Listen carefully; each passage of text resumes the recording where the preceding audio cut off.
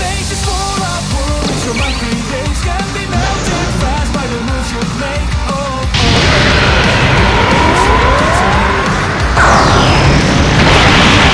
Down by the common sense, that's the one that matters now. You know the rest are barely good. Steven Z Killer has become powerful. His channel has hit over 100,000 subscribers. He keeps getting stronger and has more room to grow, so subscribe to Steven Z Killer today. What's up, everybody? Steven Z Killer here, bringing another reaction to some more Poppy Playtime. Let's get into this. We're on the road to 200,000 subscribers. I know we can hit this goal based off of this right here, showing 77% of you guys watching are not subscribed. If you're not subscribing, it's two reasons. One, you're new. Two, you're returning. If you're brand new to the channel, check out more content on the channel, more reactions, and then some. And hopefully you do hit that subscribe button today. Now, if you're not new, you're returning. Welcome back to another one of my videos. Hopefully this is the one that gets you hit that subscribe button, hit that notification bell, and even join my Discord today. Link down below. This is a Super Horror Bros video. Let's get into it. Don't forget to show your support to Super Horror Bros by liking and subscribing to this video. Link down below. By the way, link for my OnlyFans is still in the description, and if you guys want anime reactions, head over there today, and you guys get anime reactions that only are over there, not on my YouTube, because YouTube's too risky to post reactions to anime too. Let's get into this and enjoy it right now. Hey guys, Super Horror Bro Mike here, and in today's video, we take a look at perhaps the most horrifying and mysterious character from the story of Poppy Playtime thus far. Experiment 1006. Also, if there's other videos out there, the prototype. let me know about them, and I what may is react to this them soon creature? in the future. Who is it? And what is its purpose and intentions? Well, sit back, relax, and let's take a closer look with a theory that not only aims to answer these questions, but also speculate on how this sinister prototype and Poppy Playtime herself are hideously connected. Interesting.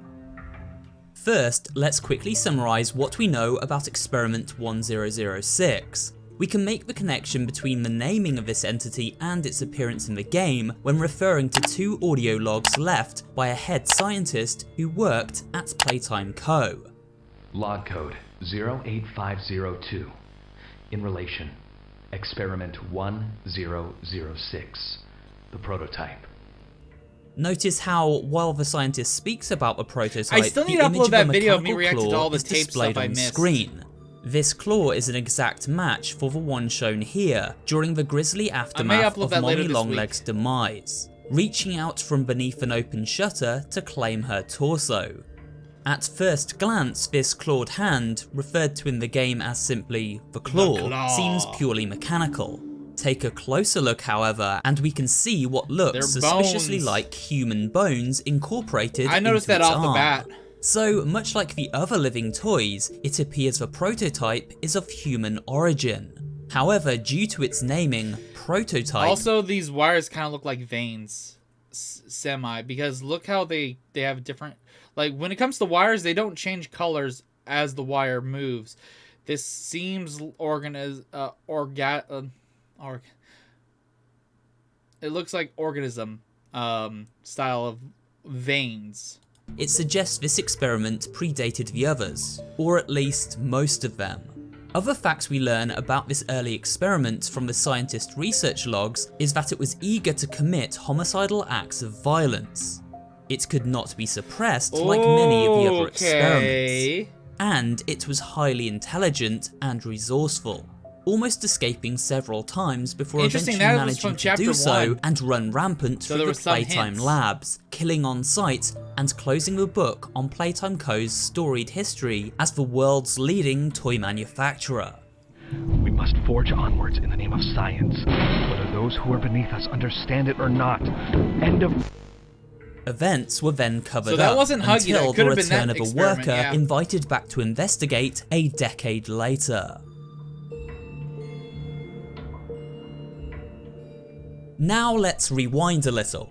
How I'm did also a really looking seemingly forward to whenever innocuous toy Film Theory company does move a from video on this creating chapter. groundbreaking technological toy marvels to killer machine experiments with human bodies at their core? Well, it all started with company founder Elliot Ludwig, the mastermind behind many of Playtime Co.'s early hits, such as Poppy herself. Playtime Co. is the product of a great man by the name of Elliot Ludwig. Divorced, but a family man at heart. His sights were always set on bringing amazing toys to amazing children around the globe. Ludwig spent countless hours in the factory, working overtime relentlessly in an attempt to continuously innovate and surprise. In the 1960s, an unfortunate family death had pushed Ludwig down to his lowest. But with so much ambition, he rose back up and continued to fulfill his vision for the Playtime Co. toy factory. Elliot suffered a tragic loss. We do not know who this family member was, but my personal thoughts lean toward it being his young daughter. Such a loss would certainly be unexpected after all. After suffering this loss, Elliot returned to work at his company, but this time with new goals in mind. Oh, I get it. His daughter died, and maybe Poppy is connected to her, as maybe Poppy has got the soul of his daughter? Oh. Scientist in his research and I'm assuming that's probably one of the theories that's been going around. Development department and tasked them with resurrecting the dead, using a combination of an in-house developed gel and the regenerative abilities of the poppy flower. These experiments were first conducted on rats, fed mysterious food simply referred to as portions before being killed and submerged in the gel and poppy mixture. With the mysterious nutrients inside their system and given time to rest in this mixture, an electric shock was administered a few weeks later, intended to bring these rats back from the dead. Unfortunately, rat research proved inconclusive, and this note found in Elliot's office hints he decided to set his sights on bigger test subjects, perhaps of the human variety. What if there was a way to incorporate his late child's remains into the experiments and bring her back? Not in a human form, of course, but rather her soul within a new vessel. And what better vessel than the doll based on his own daughter, Poppy Playtime? Ludwig's daughter was indeed a larger specimen, and therefore pairing her remains with a Poppy doll she had been very closely... he didn't even test this on another child! So the theory is maybe he started off with his daughter off the bat since she was already gone. Bonded within life, and then submerging it in the gel mixture actually worked, but not quite as intended. We have seen plenty of evidence that the souls trapped within these toys lean toward dark and violent tendencies, confused as to their new form, and seemingly with very little recollection of who they were when human, their minds naturally gravitating towards anger and hate. To prevent losing his daughter to this darkness, and in order to find a more suitable vessel for her soul, Elliot sealed Poppy away in a stasis-like case, a place where she was unable to break free and remained in a form of hibernation. Elliot was now desperate to create a more human body for his lost daughter, and discover a way to rid her of these violent tendencies, and so work on a prototype experiment began. It could make sense. Yeah, I can see this. The goals for experiment 1006, the prototype, were simple. To find a way to fuse the human skeletal structure to that of a robot that could mimic a living human, not simply a toy or doll. We see this when observing its hand and arm. Outside of the clawed fingers, these look very human in design. The arm bone an exact fit, in fact. Elliot didn't want his daughter forever trapped inside a doll. Unfortunately, it seems he did not live to see his research realised. A fateful event hinted at during his biographical video foreshadows his untimely demise. How did he manage to stay determined even after suffering such a tragic loss? It all began in the fateful year of 19... We don't get to know that part. The exact circumstances of Elliot Ludwig's death are unknown. In his wake, Ludwig's scientists were left to pick up the pieces and company management to carry the mantle forward. And so they did, but not in a way their founder would have wanted. Elliot Ludwig was a kind man. While he desperately wanted to bring his daughter back, he didn't wish to do so at the expense of other human life, using animal test subjects or those already dead in his work. New management had other ideas. What if they could take Elliot's research into creating living toys using human cadavers to literally make living toys to sell to the world? The next breakthrough in creating the kind of advanced toy technology Playtime Co. had always been famed for. But to do this, they would need to find a way to remove the violent tendencies of these experiments. And so an underground lab was built and dedicated to this work.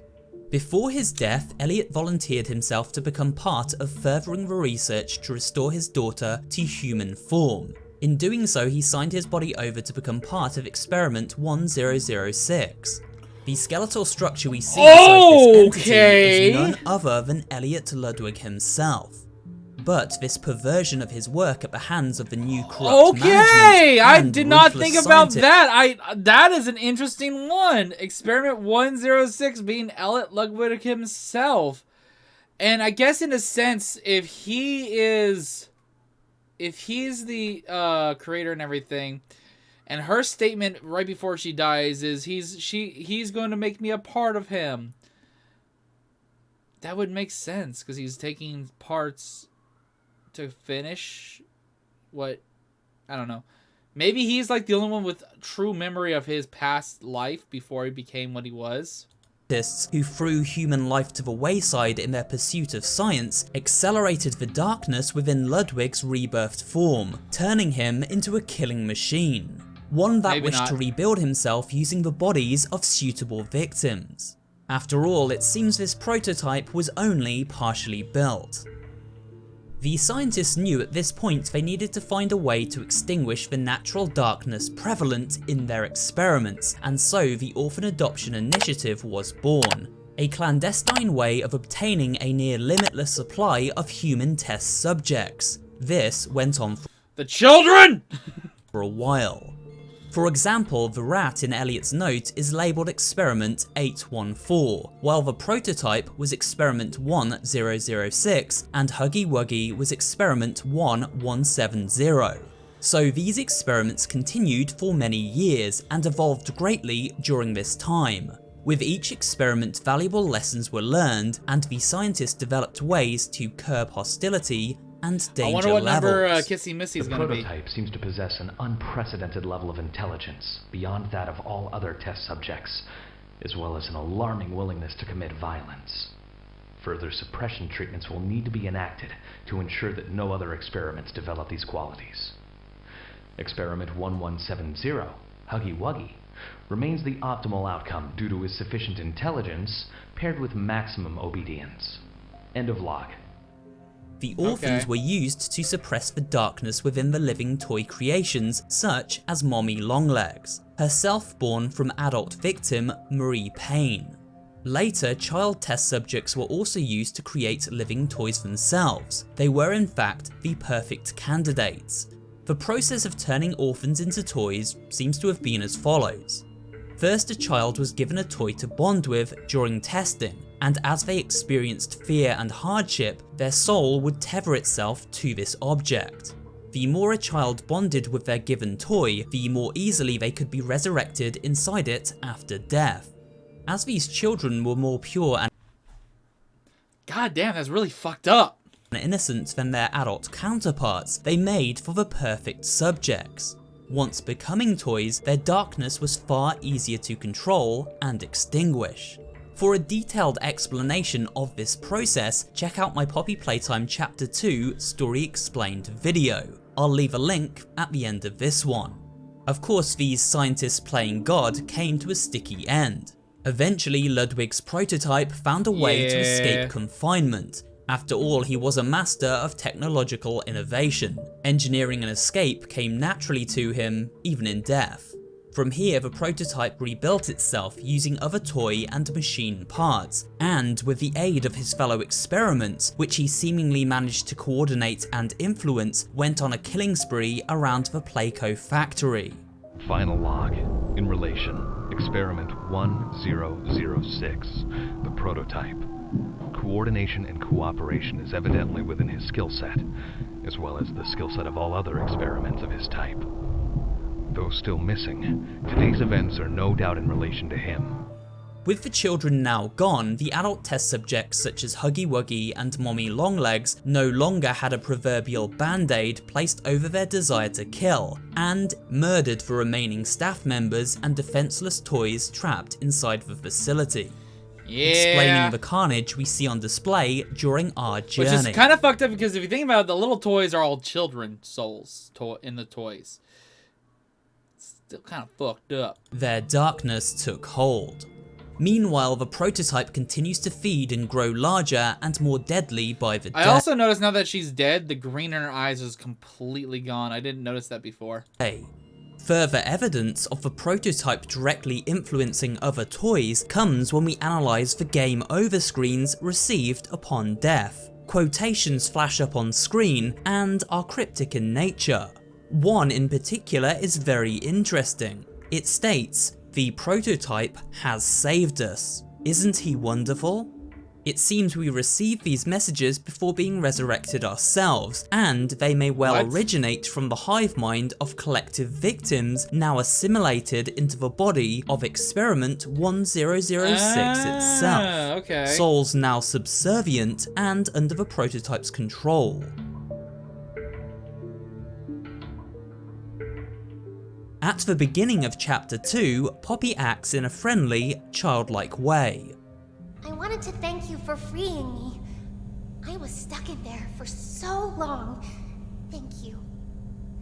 I'd like to pay you back. But after Poppy is removed from isolation in her suspended state inside her case, the darkness naturally associated with all resurrected subjects begins to take hold. This explaining her more sinister demeanor by the chapter's end. Did you kill her? Yeah, you can also tell by the fact that her the white in her eyes is not as much there. She's got more darkness in her eyes. Good. I'll board the train. We need to leave. This darkness will only accelerate as Poppy spends more time outside her case. Although for now she seems content with putting an end to the terrible events that occurred within the toy factory. Do you know how long I've been stuck in that case?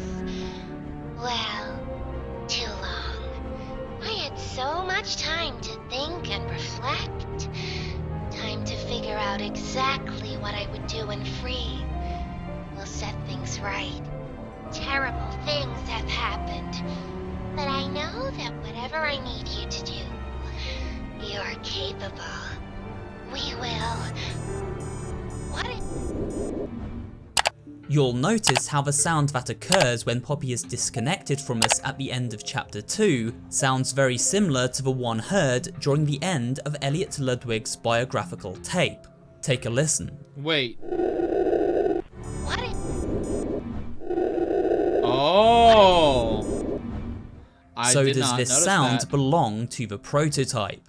Poppy's father, Elliot Ludwig, who is now drawn to her when he realizes she has been freed. Reuniting with his lost loved one could be the one suppressor strong enough to calm the prototype's mind, just as the presence of children did for Mommy Longlegs and Huggy Wuggy. And therefore could the prototype actually end up saving us, using Elliot's mind to help the protagonist find a way to end this madness once and for all. And will all of this be possible before Poppy herself is lost to the darkness? For answers to those questions, we'll just have to wait and see. Either way, if this theory is correct, the dark connection between Poppy and the prototype has been established. Father and daughter, now reunited in their new robotic forms. This is bringing up that, so many good points. points. And with that, we come to the end of this theory video for Poppy Playtime Chapter 2. This was a really good theory video. This is of course just a theory, and my own speculation as to where I believe the story of the game may be headed in chapters to come, using the little evidence currently on hand. But what do you think? Let me know in the comments below. Leave a like. Alright, pretty much just the run-of-the-mill ending for videos. But yeah, I actually really did like this theory and everything. It makes sense. I liked it. it works. I feel like this is the direction that the game could be going, but who knows? We'll find out within next chapter, and hopefully we don't have to wait 7 to 8 months before the next chapter. I'm hoping we can get more chapters faster, because I'm really intrigued on the story, and I want more. So hopefully you guys enjoyed my reaction. If you did, hit that subscribe button, hit the notification bell, hit the like button, do all that good fuck shit. Check out my Discord, link down below. Check out my OnlyFans if you guys want anime reactions, and much, much more. Of course, plenty of different links down there, so you guys want to check out anything social media-wise. Check it all out. And until next time, guys, later! This is the Prince of the motherfucking Saiyans, and I am ordering you to subscribe to Steven Z. Killer!